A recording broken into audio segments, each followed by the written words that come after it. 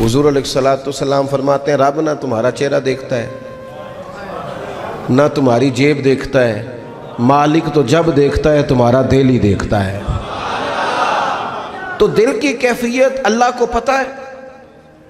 دل بے چین اس لیے رہتے ہیں کہ یہ جو پیاس اور جو طلب کرتے ہیں وہ ہم انہیں پہنچاتے نہیں۔ دل بے قرار اس لیے رہتے ہیں کہ یہ رب رسول کی محبت سے ٹھنڈے ہوں گے، ہم ادھر ادھر کی چاہتے لیے پھرتے ہیں۔ ان کے اندر بے قراری اس لیے ہے کہ ہم نے امیدیں لوگوں سے وابستہ کر لی ہیں، جو لوگوں سے نہیں کرنی چاہیے تھی، اللہ رسول سے کرنی چاہیے۔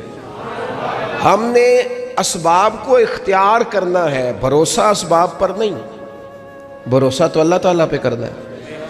تو جب تک دیکھیں نا قرآن مجید نے کیا کہا، قرآن مجید نے کہا والذین آمنوا اشد حبا للہ،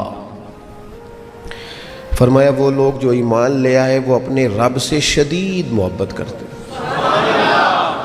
اپنے رب سے پیار کرتے ہیں۔ ان کے سجدے بوجھ نہیں، ان کے سجدے تو لذت ہیں۔ انہیں نماز کے لیے لانا نہیں پڑتا، جبر نہیں کرنا پڑتا، ان کے تو دل کھچے چلے آتے ہیں۔ ان کو تو پیار ہو گیا، رات ساری بیت گئی اور ایک سجدہ بھی مکمل نہ ہوا۔ وہ تو مال چونکہ اللہ نے دیا ہے تو راہ خدا میں خرچ کرتے وقت ان کی طبیعت کسی قسم کا تکلف نہیں محسوس کرتی، کوئی بوجھ نہیں محسوس کرتی، چونکہ وہ ہر چیز سے بڑھ کر اللہ رسول سے پیار کرتے ہیں۔ تو یہ چیزیں ان کے سامنے کبھی بھی رکاوٹ نہیں بنتی۔ اور دل میں سب سے زیادہ محبت اللہ کی، اور جہاں تک تعلق ہے میرے رسول پاک کا، تو اللہ کریم نے فرمایا النبی اولیٰ بالمؤمنین من انفسہم، فرمایا یہ جو نبی ہے نا یہ تو مومنوں سے ان کی جانوں سے بھی زیادہ قریب ہیں۔ تو ہر وقت دل کی دھڑکنوں میں، روح کی ٹھنڈک میں، قلب میں، دل میں، روح میں، ذہن میں جو چیز ہر وقت سمائی ہے نا مومنوں کے، وہ رسول پاک کی ذات ہے۔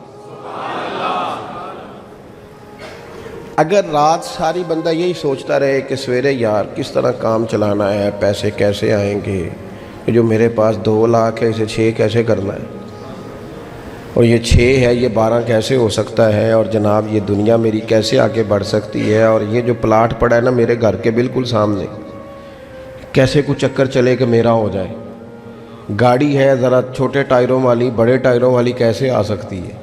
اگر 24 گھنٹے منصوبہ بندی دنیا حاصل کرنے سے دین منع تھوڑا کرتا ہے۔ حضور نے تو فرمایا محنت کر کے کمائی کرنے والا اللہ کا دوست ہے، منع نہیں ہے، لیکن ہر وقت اسی گنتی میں رہنا، اسی کے شمار میں رہنا، الجھ جانا، اور جو اصل چیز تھی اس کو چھوڑ جانا۔ ہم نا نیکی کرتے ہیں، مومن ہوتے ہیں، لیکن اس کی لذت نہیں پاتے۔ یعنی اگر نماز پڑھ کے بھی بندہ قرار نہ حاصل کرے، اگر وہ خیرات کر کے بھی اس کی ٹھنڈک نہ محسوس کرے، مسجد آ کے، محفل کرا کے، محفل میں بیٹھ کے، پھر بھی اس سے کوئی روحانیت نہ پا سکے، اس نے 20 علماء سنے، اس نے درجنوں خطباء سنے، اس نے ساری زندگی گزار دی، لیکن اس کے دل کی کیفیت ہی نہ بدلی، وہ لذت خاص ہی اسے نصیب نہ ہو، تو پھر اسے سوچنا چاہیے نا کہ دل میں نا اللہ تعالیٰ نے نا ہر چیز 2 بنائی ہے، ہونٹ 2، آنکھیں 2، کان 2، ہاتھ 2، پیر، دل اللہ نے ایک ہی بنایا ہے۔ یہ نہیں ہو سکتا کہ چلو ایک طرف مجھے رکھ لو ایک طرف کسی اور کو رکھ لو، دل ہی ایک بنایا ہے۔ وہ کہتا ہے بس دل ایک ہے تو رب رسول ہی رہیں گے اس میں ادھر ادھر کی چاہتے نہ لے آنا، جب تک دل کے اندر پوری طور پر اللہ رسول کی۔ بخاری مسلم میں حدیث ہے، نبی پاک علیہ الصلوۃ والسلام نے فرمایا اگر تم چاہتے ہو نا تمہیں ایمان کی لذت نصیب ہو، آپ زیادہ غور کریں میری بات پر، ایک ہے کھانا، ایک ہے مزیدار کھانا، ایک ہے مومن ہونا اور ایک ہے مومن ہونے کا مزہ آنا، لذت نصیب ہونا کہ میں صاحب ایمان ہوں۔ فرمایا اگر تم چاہتے ہو کہ تمہیں ایمان کی لذت نصیب ہو، یہ حدیث آپ نے بھولنی نہیں، بخاری مسلم میں، اگر چاہتے ہو کہ ایمان کی لذت نصیب ہو تو 3 کام کرو۔ یا رسول اللہ صلی اللہ تعالی علیہ وسلم کون کون سے؟ حضور فرمانے لگے پہلا کام یہ کرو کہ ہر چیز سے بڑھ کر اللہ رسول سے محبت کرو. لیکن یہ نیرا نعرہ نہیں لگانا، یہ غور کرنا ہے، پیسوں پر اچھی طرح غور کر کے سوچ لینا ہے کہ پیسے زیادہ پیارے ہیں کہ اللہ رسول. یہ غور کر لینا. یہ جو جھوٹی انا کے بت بنائے ہوئے نا، میری عزت، میری برادری، میری افسری، میرا قبیلہ، میری کرسی، یہ غور کر لینا ہے کہ کرسیاں زیادہ پیاری ہیں، اقتدار زیادہ پیارا ہے کہ اللہ رسول. ایک طرف رسول اللہ کی شریعت اور ایک طرف تیری برادری کے رسم و رواج. لیکن شادی والے دن رسم و رواج جیت گئے. کدھر گئی تیری محبت رسول؟ وہ صرف محفل والے دن تھی، ربیع الاول شریف میں تھی. ہم تو دیندار سمجھتے ہی اس کو ہیں جس کے گھر میں شادی ہو تو پتہ چلتا ہے کتنا دیندار ہے. محفل میں تو سارے دیندار ہوتے ہیں. یہ تو پتہ ہی تب چلتا ہے جب کسی کا انتقال ہو جائے، نہ گھر میں کوئی خوشی آئے کہ اب یہ کتنا دیندار ہے. اب پتہ چلے گا. مسجد میں تو سارے دیندار ہیں. فرمایا اگر چاہتے ہو کہ لذت ایمان نصیب ہو تو ہر چیز سے بڑھ کر اللہ رسول سے پیار کرو. اور دوسرا فرمایا جس سے بھی پیار کرو نا، اللہ رسول کی رضا کے لیے کرو. شکریہ کا تکلف بھی چھوڑ دو. وہ میرا احسان مانے گا یہ بھی چھوڑ دو، میری تعریف کرے گا یہ بھی چھوڑ دو. فقط اللہ رسول کی رضا کے لیے رشتے بنانے شروع کرو. مومن ہونے کا مزہ آئے گا. جتنے ہم شکوے کرتے ہیں نا رشتہ داروں کے، بھائیوں کے، قبیلوں کے، برادریوں کے، یہ سارے ختم ہو جائیں اگر ہم محبت اللہ رسول کی وجہ سے کرنی شروع کر دیں. اگر بنیاد اللہ رسول کی رضا ہو تو ہماری طبیعتوں میں کسی کے لیے نفرت پیدا نہ ہو، بے ادبی پیدا نہ ہو، کوئی ایسا ماحول نہ ہے. کیوں کہ ہم ڈائریکٹ پیار ہی نہیں کرتے. ہم جس سے بھی پیار کرتے ہیں درمیان میں رب رسول کو رکھ کے کرتے ہیں. اور حضور فرماتے ہیں قیامت کے دن رب اعلان کرے گا، اللہ فرمائے گا وہ کہاں ہیں جو دنیا میں میری رضا کے لیے آپس میں پیار کرتے تھے. یا اللہ کیا ملنے والا ہے؟ اللہ فرمائے گا آج میرے عرش کے سائے کے علاوہ سایہ کوئی نہیں. جو دنیا میں میری رضا کے لیے آپس میں پیار کرتے تھے انہیں آج میں اپنے عرش کا سایہ عطا کروں گا. تو اگر ایمان کی لذت چاہتے ہو، ایک تو ہر چیز سے بڑھ کے اللہ رسول سے پیار کریں، ایک جس سے بھی پیار کریں اللہ رسول کے لیے کریں. اور دوسرا فرمایا مومن ہونے کے بعد، کلمہ نصیب ہونے کے بعد، ایماندار ہونے کے بعد کفر کی طرف جانا اتنا ناپسند کریں، اتنا ناپسند کریں جتنا کوئی آگ میں جانا ناپسند کرتا ہے. اتنا ناپسند کریں. اگر یہ ذہن بن گیا پھر لذت نصیب. میں آپ سے عرض کروں میرے عزیزوں، ہم نا تھکی تھکی سی زندگی گزارتے ہیں، بور سا وقت گزارتے ہیں، الجھے ذہن رہتے ہیں، بکھری سوچیں رہتی ہیں، ٹوٹے خیالات، پختگی نہیں باتوں میں، مضبوط نہیں افکار. کسی نے مشورہ دیا تو 10 منٹ کچھ اور سوچ لیا، اگلے سے بات کی تو پھر پچھلے کی بات ختم ہو گئی. اپنی زندگی میں مضبوطی نہیں. وہ خدا کے بندو، ہمیں تو ایک سادہ سا اسلوب دے دیا گیا ہے کہ تم ہر چیز سے بڑھ کے رسول پاک سے محبت کرو. تو جب پوری طرح وہ محبت نصیب ہو جائے گی، جب پوری طرح وہ چاہت مل جائے گی، جب پوری طرح وہ خلوص نصیب ہو گیا، للہیت مل گئی، اللہ رسول کی بارگاہ نصیب ہو گئی، آپ یقین کریں حضور کی محبت بندے کو پکا کر دیتی ہے، اس کی سوچوں کو مضبوط کر دیتی ہے، اس کے اندر استقامت لاتی ہے. رسول اللہ کی محبت انسان طاقتور ہو جاتا ہے. میں تقریر نہیں کر رہا، جذبات کا اظہار کر رہا ہوں. میں آپ سے داد نہیں چاہتا، میں آپ کی ذہن سازی چاہتا ہوں. آپ بھلے میری بات پر کوئی سبحان اللہ ماشاءاللہ نہ کہیں، لیکن میرے درد دل کو سمجھے میں کیا کہنا چاہتا ہوں. دوستو حضور کی محبت مضبوط کرتی ہے، مضبوط طاقتور کر دیتی ہے. نہ سمجھ آئے تو سیدنا بلال سے پوچھ کے دیکھو، مار پڑتی جاتی ہے، محبت طاقتور ہوتی جاتی ہے، تانے ملتے جاتے ہیں، محبت مضبوط ہوتی جاتی ہے. نہ سمجھ آئے تو سیدنا سلمان فارسی سے پوچھو. سالوں بیت گئے، ڈھونڈتے، تلاش کرتے، آتے حضور کی بارگاہ میں حاضری دیتے، غلامی کرتے، کہاں سے چلے کہاں پہنچے. اگر نہ سمجھ آئے تو حضرت خبیب سے پوچھو، نہ سمجھ آئے تو بدر میں جا کے شہید ہونے والوں سے پوچھو یہ محبت کتنا طاقتور کرتی ہے۔ حضرت انس بن نضر سے پوچھو میدان احد میں کہ یہ محبت افکار کو زندہ کرتی ہے، روح کو تازہ کرتی ہے۔ بندہ نہ زیادہ باتوں سے ویسے ہی بچ جاتا ہے، ایک شے صرف یاد کرنی پڑتی ہے، ایک شے علم و بس کریو یار اے ہوئی حرف تینوں درکار۔ اعلیٰ حضرت فرماتے ہیں اے عشق تیرے صدقے ہم جلنے سے چھٹے سستے، جو آگ بجھا دے گی اب وہ آگ لگائی ہے، جو آگ بجھا دے گی اب وہ۔ اور پھر اعلیٰ حضرت فرماتے ہیں کہ یاد رکھنا جان ہے عشق مصطفیٰ، روز فضوں کرے خدا، اور جس کو ہو درد کا مزہ، جس کو ہو درد کا مزہ، ایک ہوتا ہے شفا کا مزہ، ایک ہوتا ہے بیماری کا مزہ۔ یہ حضور کی محبت کی وہ والا درد ہے کہ یہ مزیدار ہے۔ اعلیٰ حضرت فرماتے جان ہے عشق مصطفیٰ، روز فضو کرے خدا، او لوگو جس کو ہو درد کا مزہ، وہ ناز دوا اٹھائے کیوں، اور پھر کے گلی گلی تباہ ہم ٹھوکریں سب کی کھائیں کیوں، اور دل کو جو عقل دے خدا تو تیری گلی سے جائے کیوں، دل کو جو عقل دے خدا تو تیری گلی سے جائے کیوں۔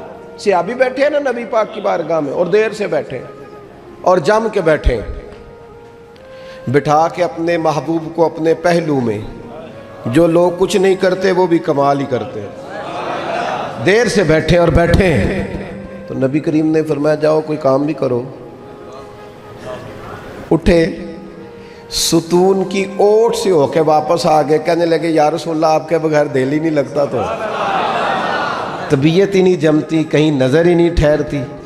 جب تک آپ اپنے دل کی کیفیات، یار ہمارے بزرگ، ہمیں تو وقت نہیں ملنا چاہیے، اگر ہمارا دعویٰ ہے کہ ہمیں حضور سے محبت ہے تو وقت ہی نہیں ملنا چاہیے۔ سیرت ساری پڑھ لی ہے ہم نے، حضور کی احادیث یاد کر لی ہیں، نبی پاک کے فضائل پر جو کتابیں لکھی گئی ہیں وہ ہمارے پاس ہیں۔ کیا آج صبح سے لے کر اب تک 1100 بار درود شریف نصیب ہوا ہے؟ کیا اگر حضور سے محبت ہے تو ہمارے دل میں نبی پاک کی امت کا درد ہے؟ حضور پر نازل ہونے والے قرآن مجید کو ہم نے سمجھا ہے؟ دین اسلام کی روشن تعلیمات کے ہم کتنے قریب گئے ہیں؟ فارغ وقت آپ کیا جی میں آج کل بور ہوتا ہوں تو بھئی آپ کتاب خریدیں حضور کی سیرت پر، پڑھیں شاہ عبدالحق محدث دہلوی نے کیا لکھا ہے، پڑھیں حضور کے فضائل کمالات، پڑھیں شفا شریف قاضی اعجاز کیا لکھتے ہیں۔ لیکن زندگی تو ادھر ادھر ضائع ہو رہی ہے۔ محبت والا تو اپنا ٹائم، یہاں تو کسی کو پیار ہو جائے نا اپنے گھر سے تو قربانی دیتا ہے، کہتا ہے آپ سب لوگ کھائیں گے میں پردیس میں جا کے کماؤں گا۔ پیار ہو گیا نا تو اس نے جدوجہد کی، اس نے عمر گزار دی۔ ہمیں اگر پیار ہو تو پھر انداز کچھ اور ہو۔ تھوڑا سا نا اپنی قلبی واردات پر توجہ دیں، اپنے دل سے پوچھیں، ایک تسبیح رکھ لیں ہاتھ میں، جس طرح موبائل ہو نا بندے کے پاس تو چین نہیں نہ لینے دیتا، جس طرح موبائل ہاتھ میں ہو تو چلتا رہتا ہے نا، انشاءاللہ تسبیح بھی ہاتھ میں ہوگی تو درود پاک چلتا رہے گا۔ یہ کریں یہ کام، حضور کے تذکار جمیلہ، نبی پاک کا تذکرہ، اپنے قلب اطہر میں حضور کی محبت کو۔ آپ دیکھیں نا کبھی صحابہ کا مزاج، ایک ہوتا ہے بڑے مشورے کرنا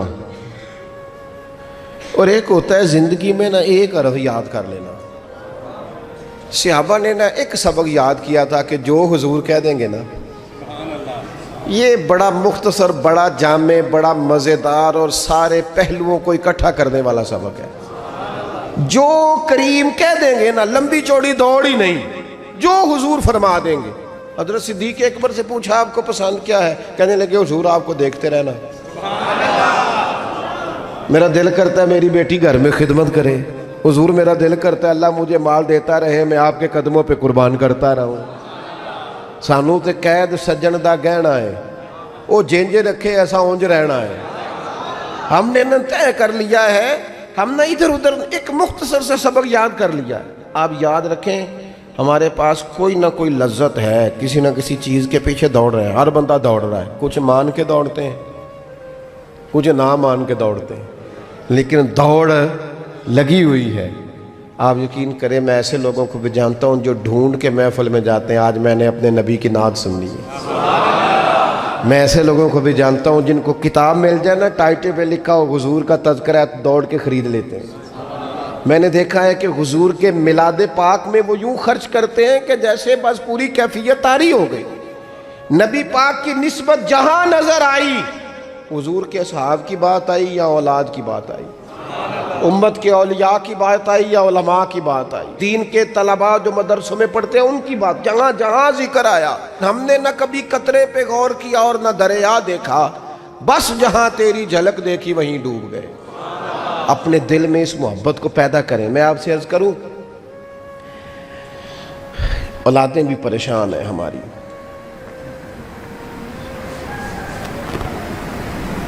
ہم نے بچوں کو پیسے دیے ہیں، ٹائم نہیں دیا، ہم نے بچوں کو گھر دیا ہے، خاندانی ماحول نہیں دیا۔ اب شکوہ صرف بچے سے نہیں کہ وہ موبائل پہ ہے، ابا بھی تو موبائل پہ ہی ہے نا، وہ بھی تو نہیں نا چھوڑ رہا۔